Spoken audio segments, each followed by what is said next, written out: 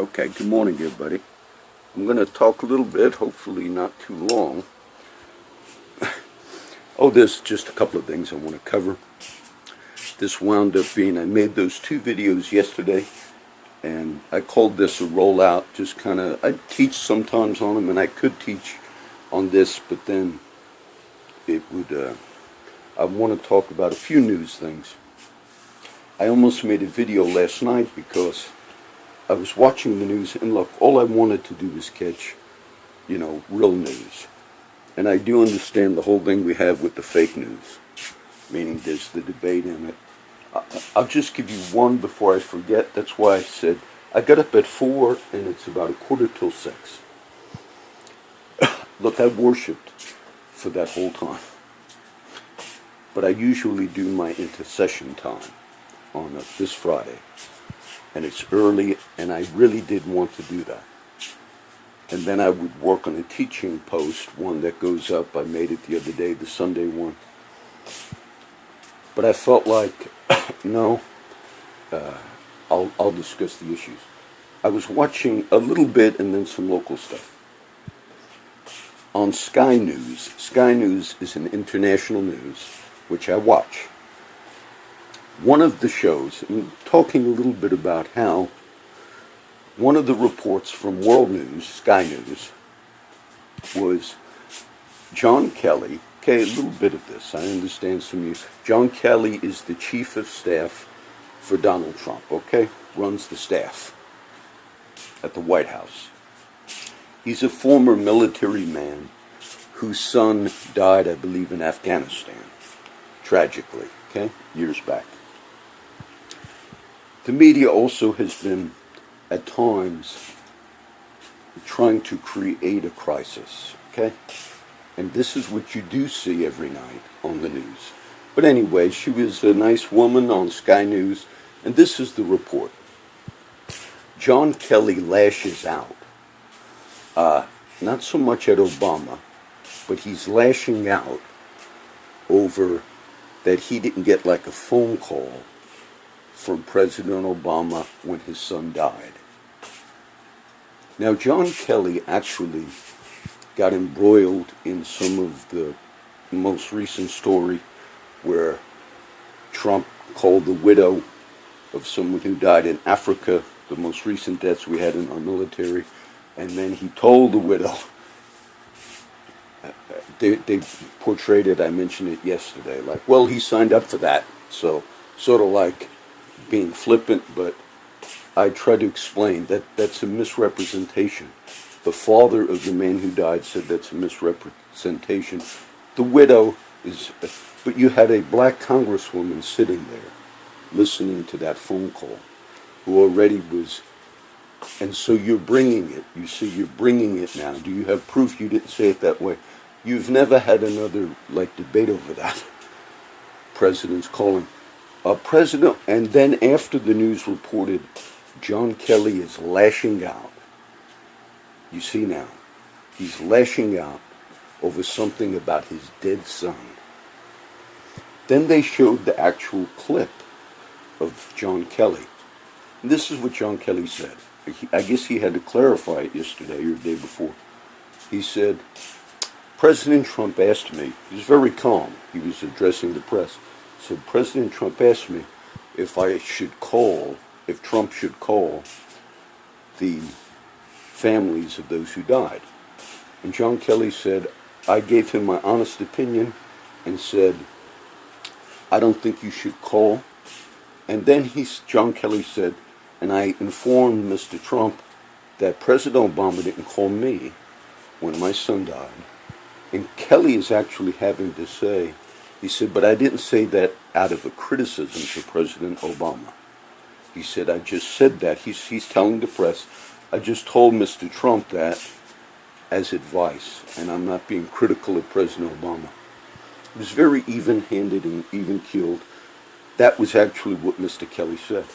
But the news reported that, World News, that he's lashing out because of his dead son and how kind of that was handled.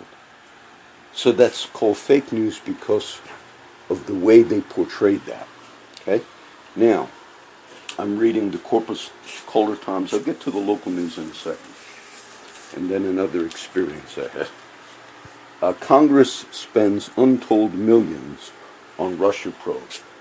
That's a USA Today article in the Color Times.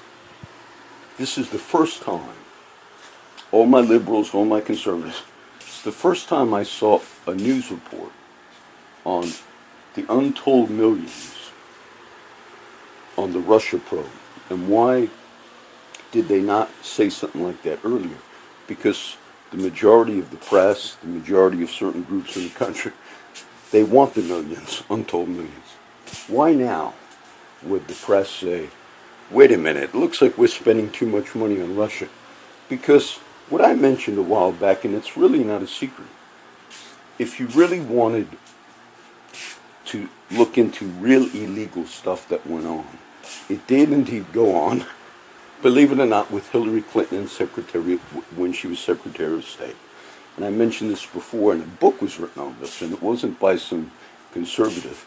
But in essence, the Secretary of State, Hillary Clinton, had to approve certain uranium deals with Russia. And when they gave the approval, even it came out recently, the FBI had looked into that, and there was real problems with the approval that State Department gave to make a particular deal over uranium with Russia, because later on a lot of money came into the Clinton Foundation, and Bill Clinton himself had very big speeches making a lot of money and all. Without getting into all details of it, and I didn't research it big, but right now, if you really were honest and looked at all the Russia collusion and all, that's a real story. And that was kind of put under the wraps. And some news outlets, but not the mainstream media, have reported on that correctly. But they now are questioning why spend so much money. Because in essence, they don't really want Hillary or that side. And so what you see is uneven balances. Now, I watched the local news last night, and it was interesting. They did a whole thing about the police department and how they're out helping, and also talked about code enforcement, and it was fine. It was on the local news. They said, and we go out and we do these things, and it was saying, but people, they don't want to be arrested, and that's why people don't like us. And yesterday, some of my friends, I won't give the names, but some of my friends don't follow, they don't have internet and all, meaning they don't plant stories to me. But I was telling one friend, I said, I don't like always being in my vehicle because I had a cop pull me over a couple weeks ago in Mathis. I said, and I did a videotape. I said, what are you pulling me over? And I said, by law, I videotaped that cop. My friend told me, oh, I don't do that. He said, because I had a time where a cop pulled up to him and had a bag of, I think he said it was cocaine. And he said, look what I found in your vehicle. I'm not fabricating that. Nor is that the first time I have heard those stories. Nor have I ever sought those stories. Plus, you can actually research on all types of news sites and see many videos of officers who have indeed done that. Normally that was done, it was called planting of evidence, and that's happened many, many, many times. And my friend said, but I really struggled with having to forgive that particular thing, because he did a couple years, I guess, on that one. And as that story came to me, as others have in the past, I realized that the average media, who mean well, even local media, and who are trying to say, people that are disgruntled or have, it's simply because, and that's how they portrayed it. They didn't portray the people that have been disgruntled and have had to forgive because officers have crossed the line. So that's that other side of the story. Just so happened that had come up yesterday with the friend that never brought that particular one up to me. But I know that's true because it's happened multiple times here. And we talked a little bit. I wanted to mention Roger. Roger was our friend who died, because this is kind of part of the rollout. But which means I'll post like the whole post sometime today. Just a little thing. But Roger recently died, and he was alcoholic, Roger. And I knew Roger. I met him as soon as I moved to Flower Bluff. I was handing out clothes. And I had jackets and clothes. I said, man, there's a lot of homeless people. I went up to like the area here in Flower Bluff by Whataburger, where the old Whataburger used to be. And I just handed out clothes to a bunch of homeless guys. Roger was one of them. I think Roger got like a Dallas Cowboys jacket or something. He always remembered that. One time Roger did 4 years in prison. And I remember when Roger got out, back then I used to take the guys to eat at the buffets. New York Tony, a bunch of guys. I remember this particular time, and Roger came, and I just bought lunch for everybody at the buffets. I used to eat during the day back then. And Roger was in a prison ministry church while he did 4 years in prison. And when he came out, I could see the light in his eyes. I could see he was sober maybe 6 months, trying to get into a church. He was in a prison fellowship, which was one of the themes I've been talking about, okay? And he really had some type of a real change, I could tell. And Roger was with us on those little fellowships. I remember New York Tony being there. And I saw the light in his eyes for that period of time. Now, I understand all that happened with Roger back into his alcoholism and all that. Our local, but I wanted to share that because I remember that. Our local media also last night did something about the homeless thing, and it's also been in the newspaper. The problem with the homeless, and I read an editorial on it, and I know that the community is looking at ways to improve, and I know for the most part, like that little news thing last night on we're all out trying to do a good job and all. The problem that I always focus on is that the bad seed, the ones that do those things, and there are many cases. I watched a documentary maybe a couple years ago. It was also a news show, like made it to the news. It was a case where a cop was out planting evidence on a lot of people, and it was a black man. And they interviewed the black man because later on, that white cop and that black man, the black man forgave him. He had to do like 4 years, 3 years, planted evidence. And the white cop eventually got fired, and they both wound up working at some Christian mission. And the black man said he forgave that white cop, which was good. And it was interesting because the white cop admitted it. He said, yes, this was part of like what we were doing at that time, at least he was doing. And it was a lot of cases where he like went out, like they maybe called it aggressive policing. And guys that had a history on the street, you'd roll up, and it was brazen in some of the instances that took place here in Flower Bluff. But they just would roll up and say, look what I found. That's exactly how my friend, a news story I never heard before, but this has happened a lot. And so when you and the local media understand, all we have to do is promote. The root issue of that is criminality. Never forget that. The root issue of that particular line that's crossed and has been crossed is that's called a crime. And many when it comes, I'm sure many of my friends have told the lawyers that were appointed in these cases. I'm sure many of them, because some have told me. I told my lawyer, that cop rolled up on me and took it. It was probably the same cop I've talked about in the past. But said, look what I found on you, brother. Almost like brazenly. And they see that the local community trying to improve and all, they don't see that as the way it should be seen. That's as much as a crime. The local figures who were very nice last night and happy, that's as much of a crime as if some officer rolled up to your son or daughter and said, look what we found, sweetheart.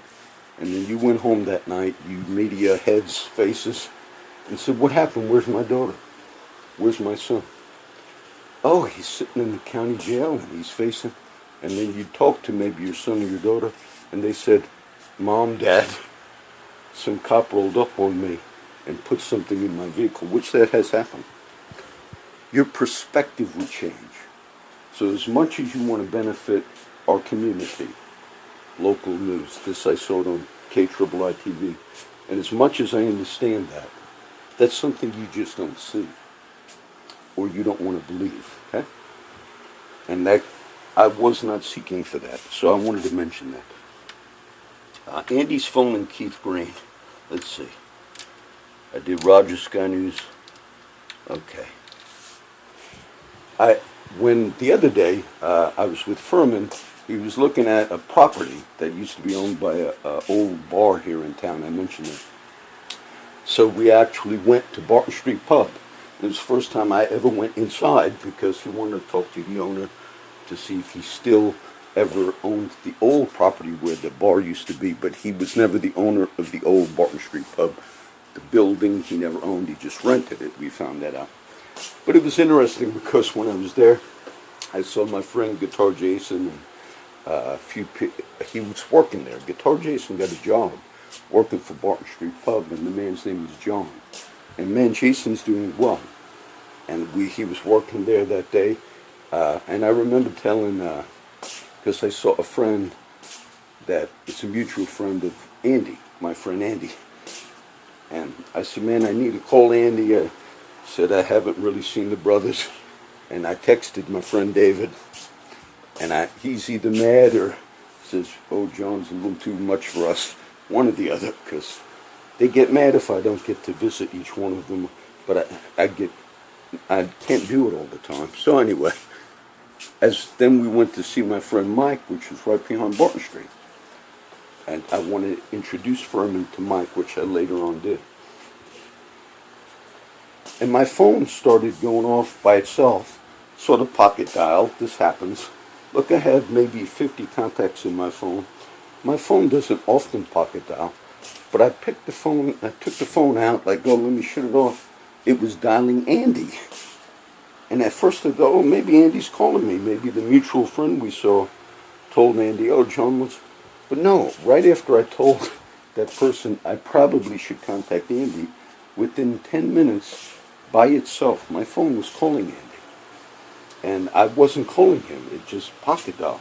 I thought that was interesting, just how some of those things happen.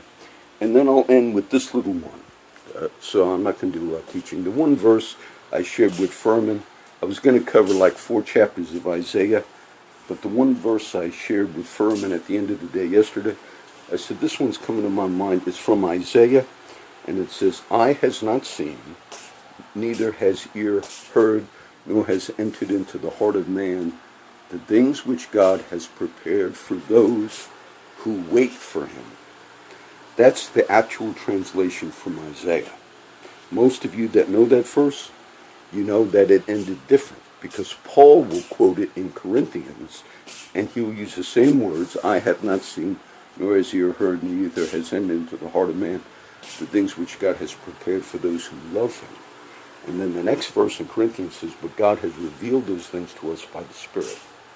And I was telling Furman, what it's saying is, those that love him, they wait for him. How come eye has not seen or ear heard? The Spirit of God will give you insight and wisdom and indeed revelation, understanding, as you wait on him. So the natural eye, the natural understanding, the natural knowledge, which I'm not against, meaning just studying and reading, that's good and it works. But as you wait on God, he can deposit things that you'll never be able to pick up. The natural eye. You see the natural and the sin. So I shared that particular verse. There's one more in Isaiah. I've been reading it the last few days, but it says, your sons, it's talking about the church, our relationship with Christ, but also how leadership relates to people, the flock. It says, as a bride marries the husband, so your sons will marry you. And as the bridegroom rejoices over the bride, it's talking, if you will, an erotic, but what it's talking is the natural relationship that God ordained for man and wife, okay? I want you to understand that. That's Isaiah. It said, and as the bridegroom rejoices, the natural act of the bride and bridegroom coming together is nothing compared to the real spiritual union that we have with God, okay? The real union that we have with God. The physical thing is nothing compared to the understanding of communion with us, the church, with our bridegroom, which is Jesus. It said, and as your sons marry you, your sons will be for signs and wonders. Your sons will be the fellowship of the mystery, Ephesians. But as they marry, as you're united in one, in true brotherhood, then God rejoices over seeing the church being established. That's really what that's saying. I'm not even looking at Isaiah, but I'm making sure I covered all the notes. This is number 3, so I want to just kind of impart those few things. This could have become a teaching thing, but so I wanted you to see those few news things, because I do discuss that. And it was just the fact that this has become top news now, and now you have embroiled. And does Trump have proof? He probably has some recording of the conversation, and then he doesn't want to get into it. But now the media is saying, and John Kelly now is lashing out, basically because his own dead son, they're creating in that particular thing. They're looking for things, and so they don't do a service, okay? And what we want to do, when you hear me speak on those issues that you hear me speak on, I'm giving you the side that I've seen, okay? I'm giving you the side that I've seen. So this is number 3 on the little Thursday, Friday rollout. It's interesting. Just remember, at the end of yesterday, throughout the day I was with Furman, and there was a lot of good stuff, and I should go see some of my other friends as well. But throughout the day I was thinking of an old Christian singer who I used to use his music a lot. And his name is Keith Green. And for whatever reason, I kept thinking, man, I should mention Keith Green, the musician who died, but we loved his music in our little fellowship that I did many years ago. Used to use Keith Green. And it kept coming to my mind throughout the day. Maybe I should mention Keith Green, the Furman. Did you ever listen to? But that didn't come up because I got other things to do.